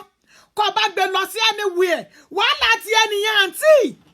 Do I care? I don't care. Èmi ti release the tension tó wà ní mind ti tèmi. Mo ti wà relieved. Òwò lọ́lé problem. Òwò kan confiding. Kò mẹ́jọ ẹlẹ́jọ́ kò ro ẹ́ká. Kò wí baálé lágbájá wí. Ó ti pè lágbájá. Ó ti pè làkàṣègbè. Wọ́n ẹjọ́ gbàdúrà wípé nǹkan ṣe obìnrin ni. Kẹ́ ẹ̀ṣẹ̀ dédé ṣẹ̀ náà. Ẹ̀sán ni kò gbàdúrà kí ìṣòro ayé dé bá òun. Ọ̀nì kò dé bá at that point in time. Oh no. Ní intention wípé irú bẹ́ẹ̀ yìí ni yóò dé bá òun. Àǹtí, ìṣèwísẹ́ owó òwò náà. Wíwùn kọ ikọ̀ ni wíwẹ̀ tí yóò kó. Who give you that audacity? Òun ló fi jẹ́ wípé a ní láti jẹ́ our brother's keeper. We need to be our sister's keepers. When we are in trouble, ǹjẹ́ a lè confide in you? Àǹtí yìí, ó ní kí n gbé kéèsì wálé ní. Ká lè mọ̀ wípé when anything is going wrong with us, when something is wrong in our marriage, don't keep it to yourself. Find somebody who you can confide in. Tó jẹ́ wípé kó bá wí sí pẹ̀lú àdúrà ní kí Ọlọ́run ràn ẹ́ lọ́wọ́ kó tì ẹ́ kó darí ẹ sí àwọn tó máa jẹ́ aláàánú tá lè fún ẹ ní ìmọ̀ràn tó máa bá ògo Olódùmarè mu. Because she's a Christian. Mélòó sàfẹ́ wí nínú eyín Adépèlé. A lot is going on. A lot is going on in our marriages. Àfikọ́ Ọlọ́run kẹ́ ṣàánú ra o. Mo gbàdúrà wípé lórúkọ Olódùmarè. Ulera àdàrà o. Ọ̀nà ra àdàrú o. Ó ṣe kàn rán mi. Òun náà ni mo ti jẹ́ kíkotera lónìí ni. Ìmọ̀jà àgbàgbé o. Depression is real. Àjòpin èmi àti yín o. My people. Mo wo movie kan lánàá. Movie ni. Ọmọ 36 years. Ni lady ni. Tó ti ní Alzheimer patient ni. Ọmọ ra máa dọmọ lọ́mọ. Àǹtí, mọ́mọ jẹ́ ọkùnrin kankan kó ọláyà sókè débi pé wẹ́jẹ́ àṣẹ kàtàkàtà.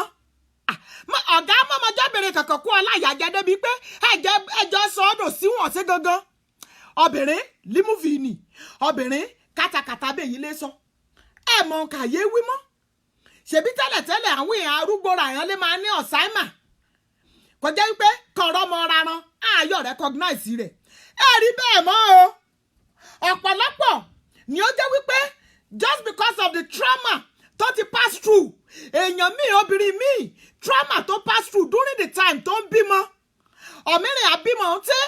recognize ọmọ kò bí fúnra rẹ̀. Ọlọ́run mò ṣe ti abẹ́. A lot is going on in the world. Àfi kí Ọlọ́run kí kú ayọ̀. Rà mọ̀ wípé mo wípé rísìkì mo mú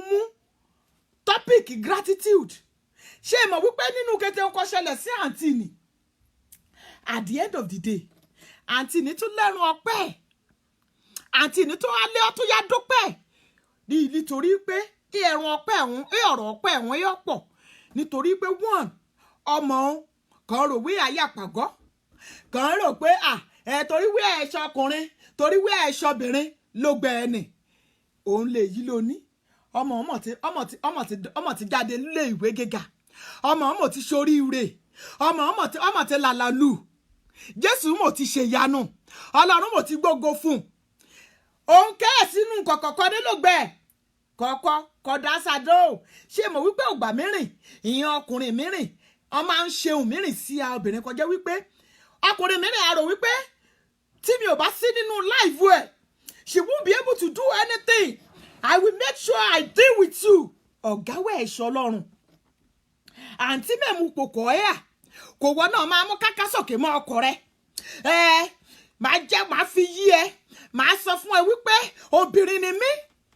àìmọye obìnrin what's so special about you àǹtí kéhùn kọ ọ̀dàkọ níyàn ká darí kò rí kákó káká lórí kọjá wípé ìgbéraga rí gbé ọ kọkọ rẹ gbọ́dọ̀ sọ kò á wí gbì come on stop it embrace what you have ohun ànílà ń gbé lárugẹ embrace your husband let's embrace ourselves let's love ourselves unconditionally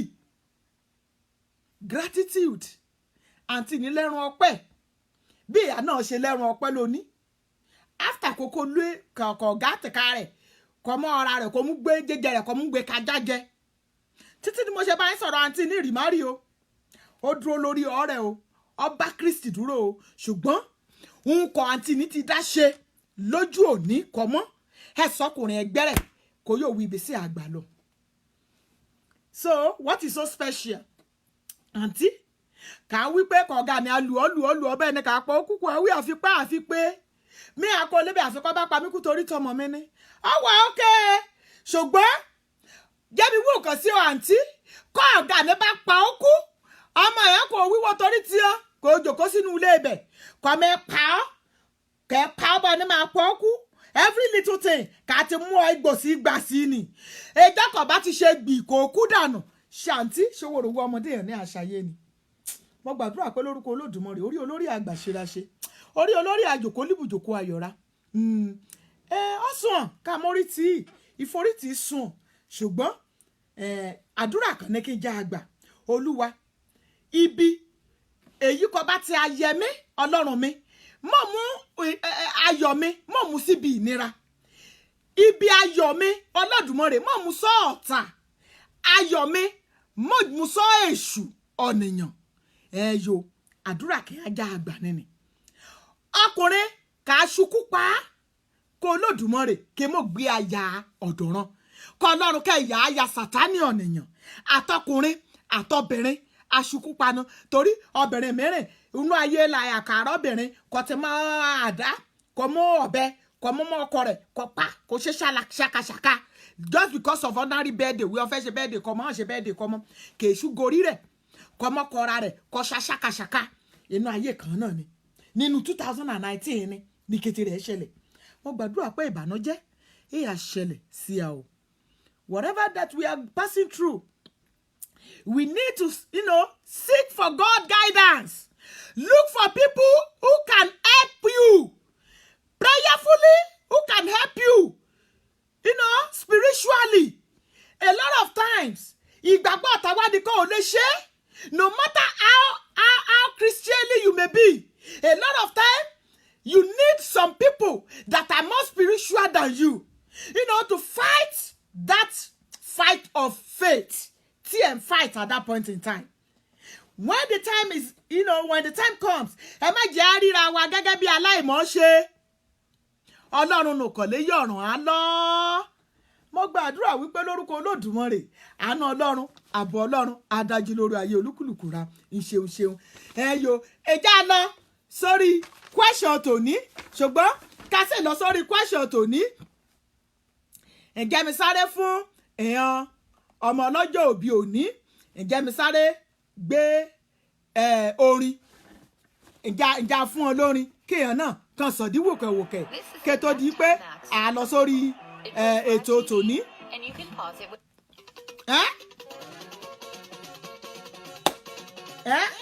next level gbogbo ẹ̀yin ọmọ ọlọ́jọ́ òbí òní you are going to your next level. Àti àjò ní àjẹ nípa ẹ̀jẹ̀ Kristi àní ìṣẹ́gun Olúwa jẹ́ tiwa a kì yóò ṣubú kò sógun tó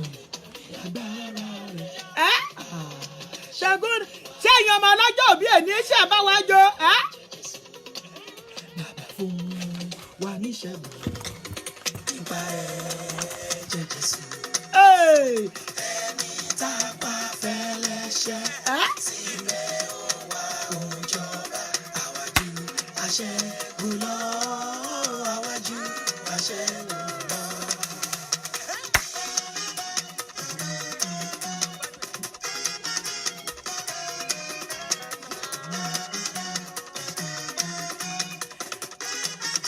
Àǹtí mi Ọláfibọ́sẹ̀dé ẹ káàbọ̀ sórí ètò àǹtí mi. Ikú sí omi òmìnira ìṣeun ṣeun o.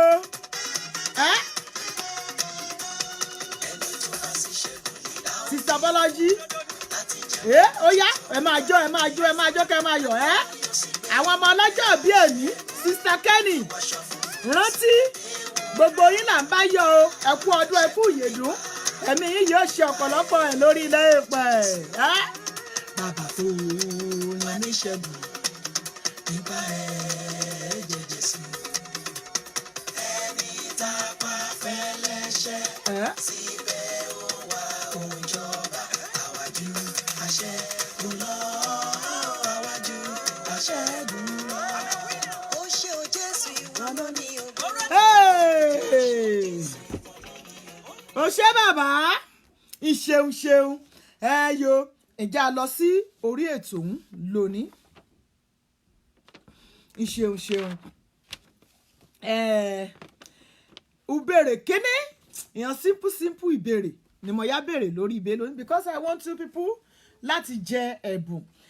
ìyẹn ìbéèrè kẹ́hìn lórí question lónìí kan yẹ pé ó lè jẹ́ ìbéèrè mẹ́ta lè ya nínú question kan ọ̀nà kan bá ti gba mẹ́tẹ̀ẹ̀ta ọ̀nà kò tètè kọ mẹ́tẹ̀ẹ̀ta sórí ìkànnì òun la jẹ́ kọ́ bá gba ẹyọ kan mí àmúkù ọkọ̀ gba méjì ó gbà ọ̀ǹtí kọ́ bá gba mẹ́tẹ̀ẹ̀ta ni wà tó jẹ ẹ̀bùn so wọ́n dẹ̀ ní láti kọ mẹ́tẹ̀ẹ̀ta papọ̀ at a time no cheating yo that is it ó ga jù ó máa loud okay now ìjà ìbéèrè kíní kí ni à ń pe oṣù keje nínú ọdún nílẹ̀ Yorùbá káì pé oṣù keje ọdún káì pé nílẹ̀ Yorùbá going ó lọ o.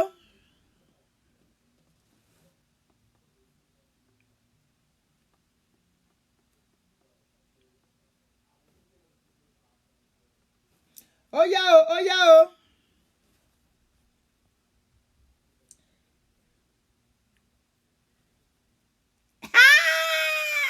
Wàríkẹ́. Ó yá o. Oṣù keje. Kí ni à ń pa oṣù keje ọdún nílẹ̀ Yorùbá?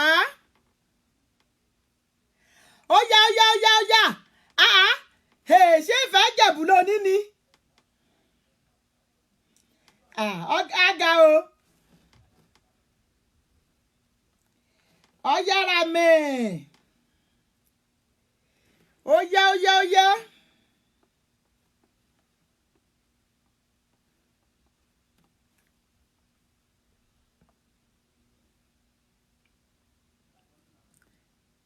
Yes. Mi ò yọ orin o. Kẹ́tẹ́ rí kí mi ló ń dùn mí. Okay. Awesome. Okun asọ̀lọ̀ wòrí jí àbí? Okay. Sister Ìdòwú Victoria Babalọlá. Àwọn ló jẹ ẹ̀bùn yẹn Agẹmọ. Victoria Babalọlá.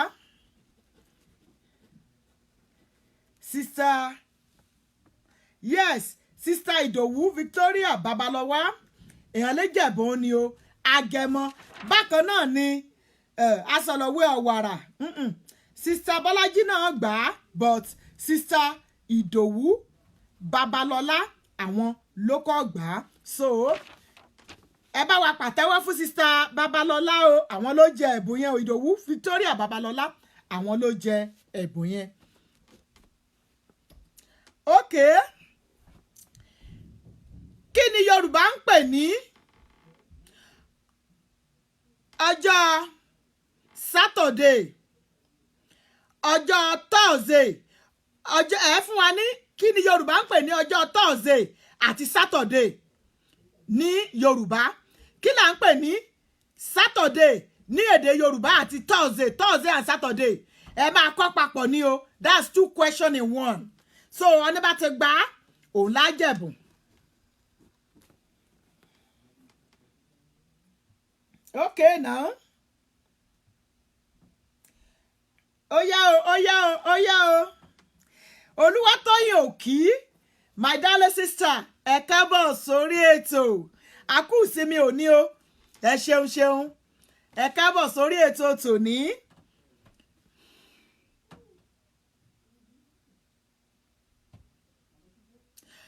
Óyá, ẹni láti kọ́ papọ̀ ni. Ẹni bá máa jẹ ẹ̀bùn yẹn. Kí ni ọjọ́ Thursday? Kí là ń pè ọjọ́ Thursday nílẹ̀ Yorùbá? Kí là ń pè ọjọ́ Saturday nílẹ̀ Yorùbá? You will write the answer together. Ọjọ́ Thursday nǹkan báyìí là ń pè. Ọjọ́ Sunday nǹkan báyìí là ń àbí ọjọ́ Saturday nǹkan báyìí là ń pè.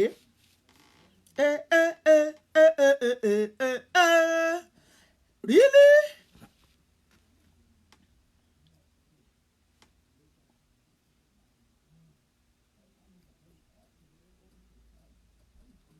Óyá o.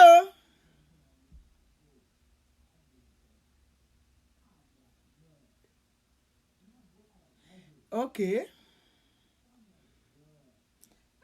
Ọ̀gá o. So ẹ sọ ni kọ̀mọ́. Ẹ kàn gbà ní kankan ni. I'm not going to give you in one tẹ́ ń gbà. Whosoever that is going to get it. Nope. Mo rí àwọn kan tó ti gba ìkan but ẹni bá máa gbà á gba méjèèjì papọ̀. Ọyẹ o ṣé kí n lọ sórí question mi ni Sister Babalọ́lá Ìdòwú àní ẹ máa sọ wípé Thursday nǹkan báyìí ló ń jẹ́ Saturday nǹkan báyìí ló jẹ́ nǹkan tí mo fẹ́ rí nìyẹn. Sister Bùnmi ẹ káàbọ̀ sórí ètò. Ẹ fún Sister Bọ́lájí ló gbà á that is it. Ọjọ́ Saturday àbámẹ́ta ọjọ́ Thursday ọjọ́bọ̀ that is it. Nǹkan tí mo fẹ́ gbọ́ nìyẹn. Asọ̀nà ó sọ wípé Saturday ọjọ́ Ẹtì ọ̀rọ̀ o Thursday ọjọ́bọ̀ ó gba Thursday but ọjọ́ Saturday àbámẹ́ta ni. Ṣèjọ́rú àǹtí mi ọjọ́bọ̀ àtàbámẹ́ta àǹtí Bọ́sẹ̀ ọjọ́bọ̀ àtàbámẹ́ta ni o so Sister Bọ́lájí Olúwatósìn àwọn ló gbà á ẹyọ ìjà lọ sí question mìíràn ìgbọ́ kí Yorùbá kàn ṣe kí onídìrí. Kí ni Yorùbá ṣe ń kí onídìrí? Ní èdè Yorùbá bọ̀ la ṣe ń kí àwọn onídìrí. Thank you so much my sister ẹ ṣeun. Báwo ni Yorùbá báwo la ṣe ń kí àwọn onídìrí? Àwọn tó máa ń dirun báwo la ṣe ń kí wọn? Going. Hey, come on, let's go. Ta ni ọkọ̀ jẹ́? Ta ló fẹ́ jẹ̀bù yìí? Oh my God. Àwọn questions tí mo mú wá lónìí. Ó ṣe jàre. Ojúgbòòrò. Sister Fọláṣadé Williams. Ẹ má tẹ́wọ́ kò wọ́n. Sister Fọláṣadé Williams ló gbà o. Sister Fọláṣadé Williams ti gbà o. Ojúgbòòrò. Ṣùgbọ́n Sister Fọláṣadé Williams wọ́n ṣe dá mẹ́bù kóra àwọn kẹ̀ ní Nàìjíríà bẹ́ẹ̀.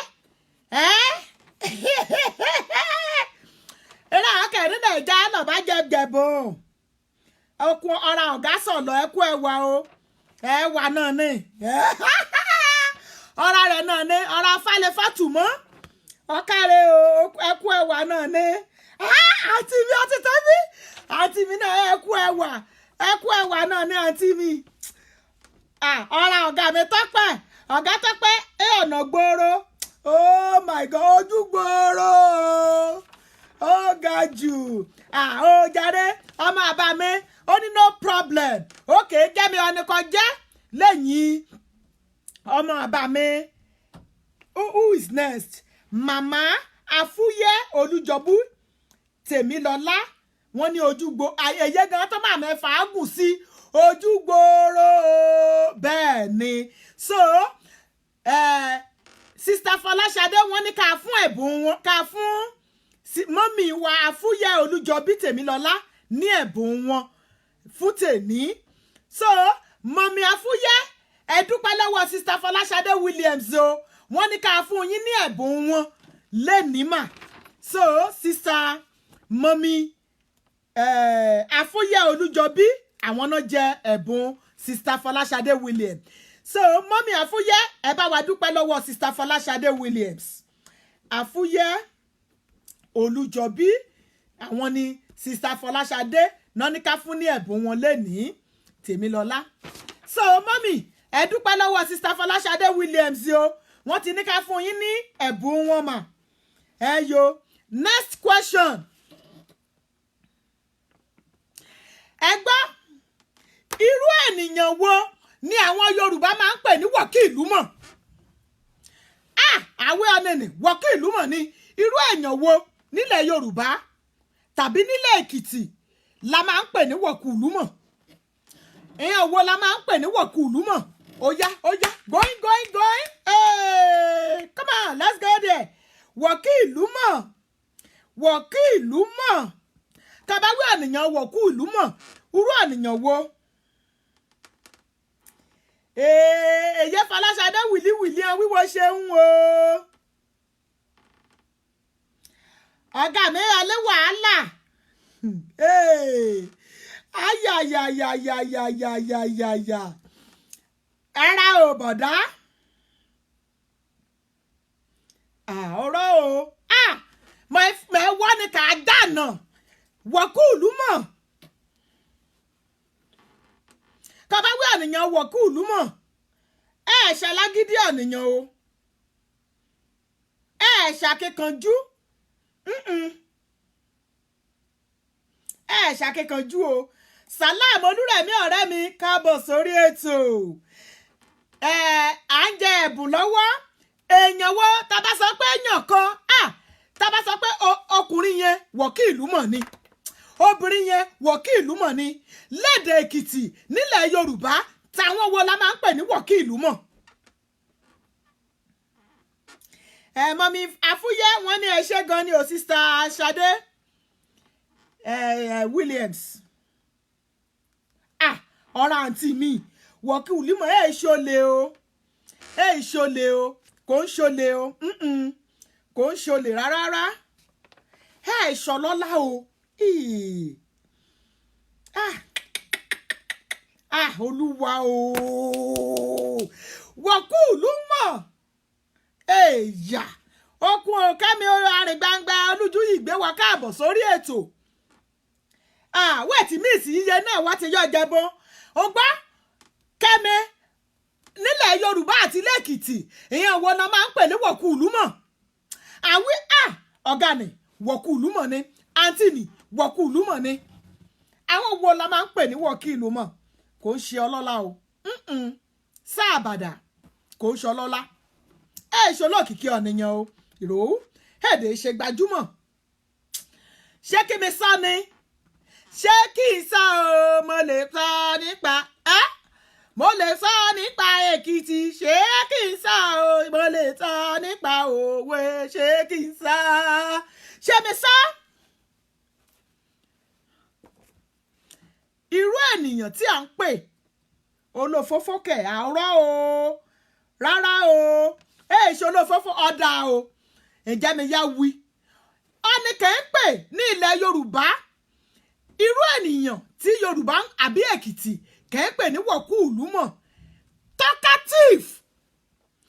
ọ̀nì kẹ́ sọ̀rọ̀ gan àwọn tó ń sọ̀rọ̀ gan those people that can talk irú ẹ̀yẹ́ lẹ́kìtì bá ń yọ̀ wí torí ibi kẹ̀yẹ́ lẹ́kìtì bá ọ̀ kọ́ bá sọ̀rọ̀ lébè àmọ̀wé ọ̀nìyàn ọbẹ̀ talkative ra kan máa ń sọ̀rọ̀ gan that they can talk so much èrè àmọ̀ pé èèyàn kan Ọlọ́run dáa bẹ́ẹ̀ ṣe bóyá mo ṣàṣejù àwọn kan wà tó jẹ́ pé they can talk yes they can talk o irú ráhàn ni ìyẹn náà pè ní Wọ̀kúùlùmọ̀ síbi kan á dé people will recognize it sí kan ṣe yóò jáde sáárín ẹgbẹ̀lẹ́gbẹ̀ ọ̀nìyàn people will know wípé ó dé ẹni tá à ń wí ó dé bẹ́ẹ̀ ni Wọ̀kúùlùmọ̀ nírú àwọn yẹn yo Wọ̀kúùlùmọ̀ ìṣeun. The last but not the least 3 in 1 ni mẹ́ta ni oníbàdàn ti gba mẹ́tẹ̀ẹ̀ta ò lájẹ ẹ̀bùn lónìí that will be the last one for today. Question mẹ́ta ni lílẹ̀ Yorùbá nínú àwọn oṣù wa oṣù wo ni à ń pè ní kí ni a máa ń pè October oṣù October ẹ̀kọ́ àtẹ́lẹ̀ o oṣù October February àti April nílẹ̀ Yorùbá kí ni à ń pè October February and April bóyá kí mi lè ṣe bẹ́ẹ̀ yìí nínú àwọn oṣù wa ní ilẹ̀ Yorùbá oṣù wo ni à ń pè ní káàpẹ́ oṣù February káàpẹ́ oṣù April káàpẹ́ oṣù October ẹni tó bá máa jẹ́ ó ní láti mọ mẹ́tẹ̀ẹ̀ta papọ̀ February April October ó yá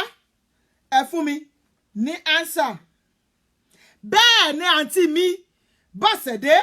Láìkúnlé Micmouth Dáramọ́lá bẹ́ẹ̀ ni Wọ̀kúùlùmọ̀ lẹ́ra hàn ni Wọ̀kúùlùmọ̀ ni bẹ́ẹ̀ ni God bless you she is a very good example of Wọ̀kúùlùmọ̀ ọ̀nìyàn o Kúnlé very very good example extrovert person yẹra grammarian àwọn tẹ bá ìtúrò rà bá ní wọn láwọn extrovert àwọn tó jẹ́ pé they can talk tó lè sọ̀rọ̀ kò ń ṣe introvert àwọn extrovert ìṣeun ó yá o ubèrè kó kẹ́yìn káàpẹ́ oṣù February oṣù April àtòṣù October lélẹ̀ Yorùbá ó yá o February April and October káàpẹ́ lélẹ̀ Yorùbá ó yá o let's go there come on ó yá ẹjọ́ muso lókùnra mi aago 3 àbọ̀ lè fẹ́ lù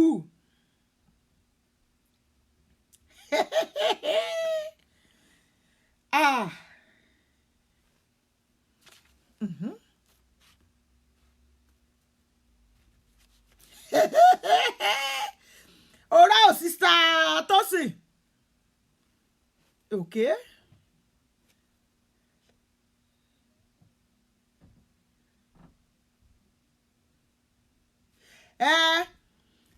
Sister Ìdòwú ṣe tán kọ́ tán o.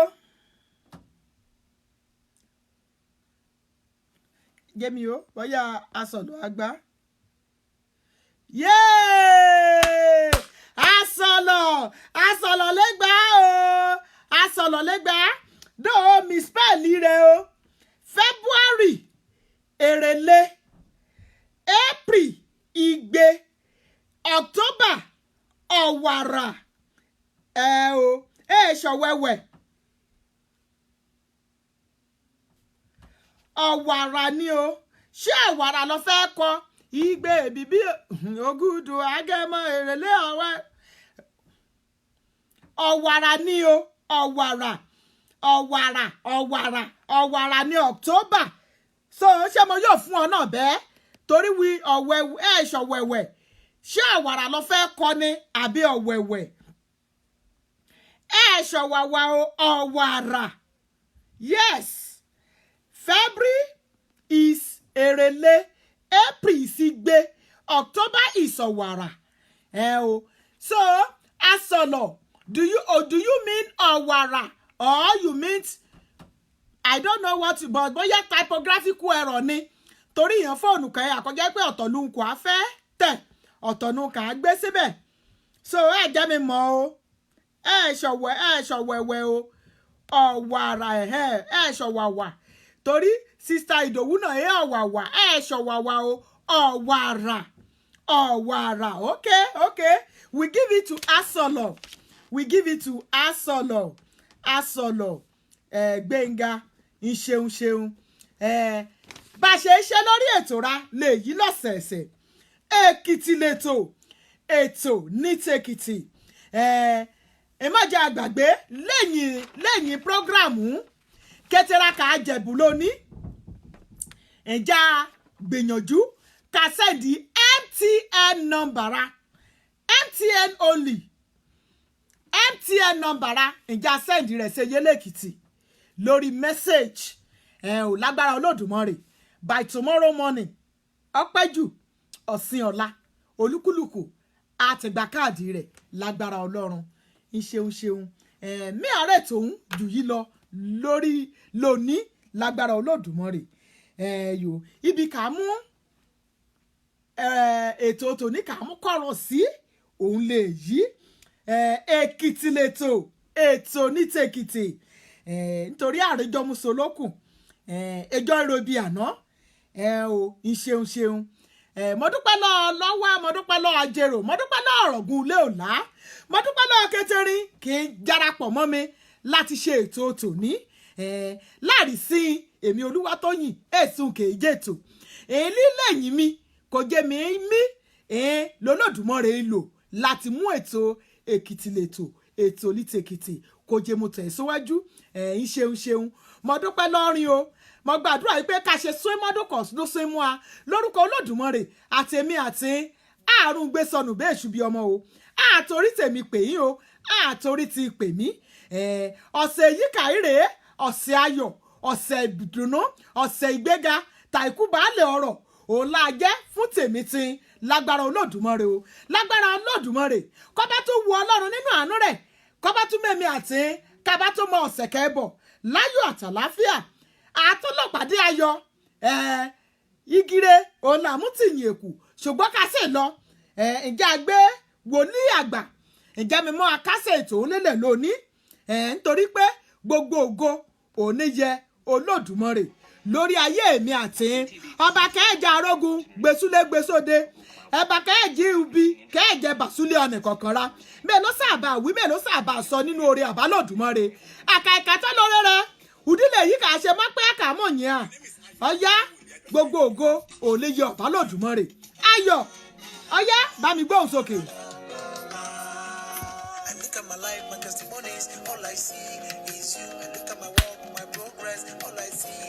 Hey!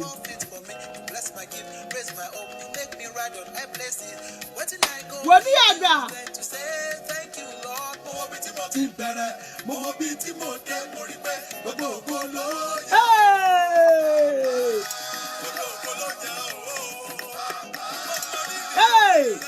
Ó yá ẹ̀jẹ̀ ẹjọ́jọ́ ìṣeun o ọ̀dàbọ̀ ọ̀dàdé ìdílé làmúsìyìn èkù.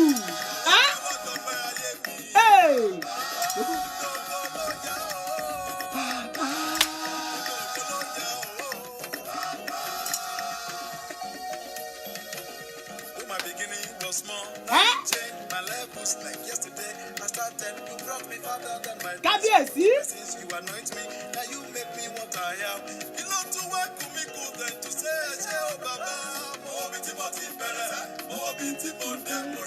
Gbogbo ògo lọ bàbá.